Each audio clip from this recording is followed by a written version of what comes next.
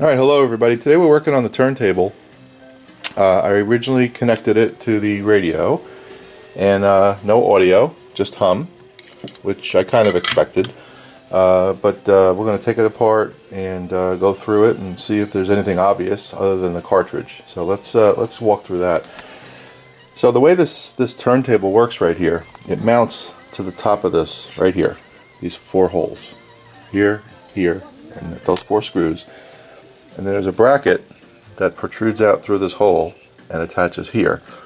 And that's how it knows when you're putting a record in. So that mechanism that's attached right here pushes a lever, which I'll show you in a second, and activates the turntable.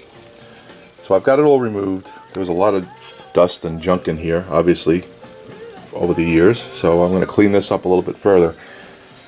Here's the underside of the turntable. So very, very simple actually.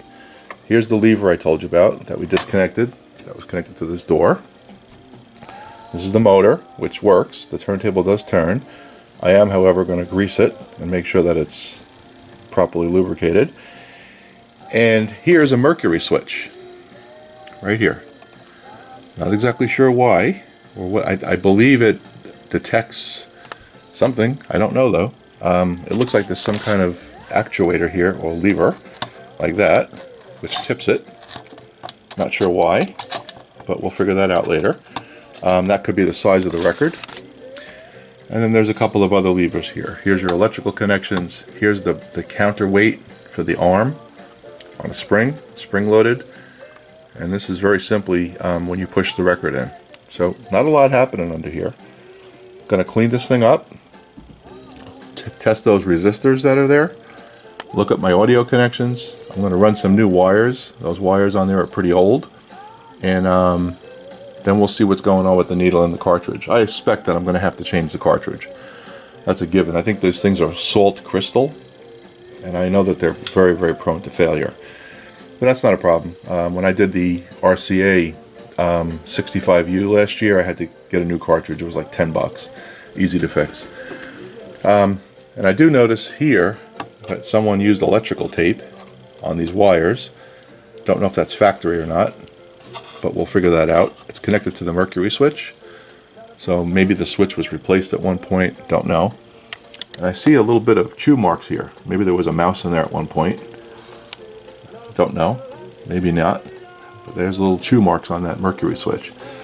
So we're just going to go through this, make sure that it's all clean, properly lubricated, and then we'll mount it back inside here once I clean this case out. So let me go work on that stuff and I'll come back and give you an update. Just to show you what I'm doing with the mechanism underneath is I'm using this white lithium grease, and I'm primarily working on these tracks here. Quite honestly, this is really not sticky, but if you see this this mass here, that's the dried up grease that was there originally. So we're not going to mess with that.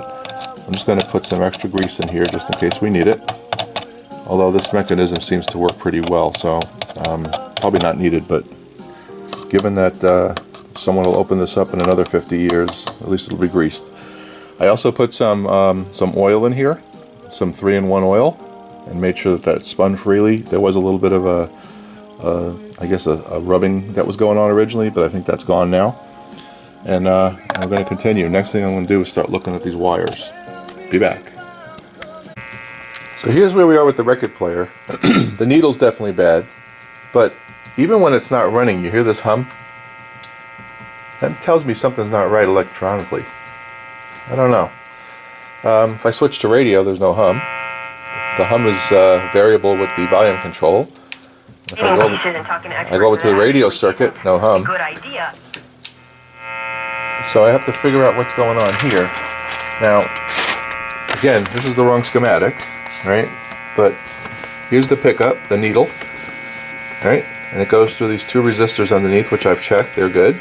Actually, mine are a 220K and a 150K. So these are different, obviously.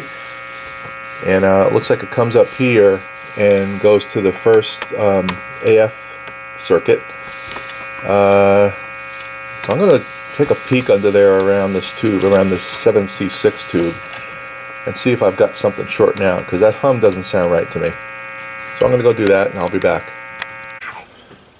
Alright, so I took a look underneath. I don't see anything obvious. So before I start actually causing more damage, which is very, very possible when you work on these things, I'm going to leave it alone until I get the cartridge in. I ordered it. It was 14 bucks, cheap.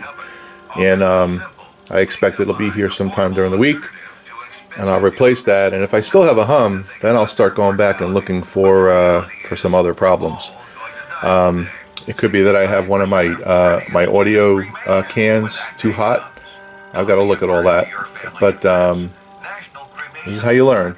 So for now, this thing, I'm just going to polish the top of this a little bit, get some of this stuff off here. Radio's still working well. I'm going to see if I can get a replacement piece of plastic for here. And I did order an LED bulb to replace that Christmas bulb.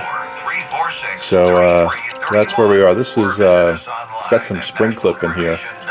And these two sides are riveted, so I'll have to drill those rivets out and put screws in there. But that's what we got. Aside from that, you know, once I get done with all this, I'll have to do another alignment when it's in the cabinet, obviously.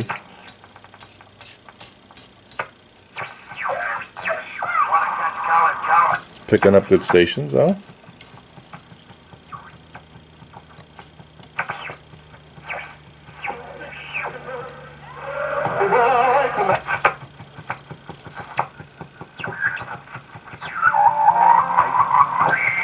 It definitely needs an alignment.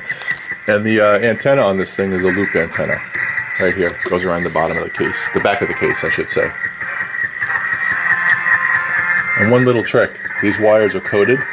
So if you're going to connect alligator clips to them, you got to strip them. I didn't realize that. I was wondering why I wasn't getting any signal. Got to strip the wires. So that's where we are for today.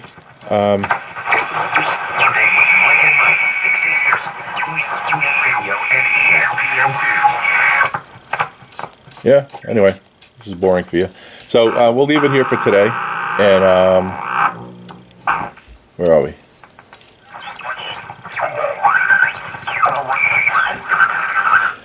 Alright, that's it. I'll come back to you when I get the cartridge. Thanks. This is Ron.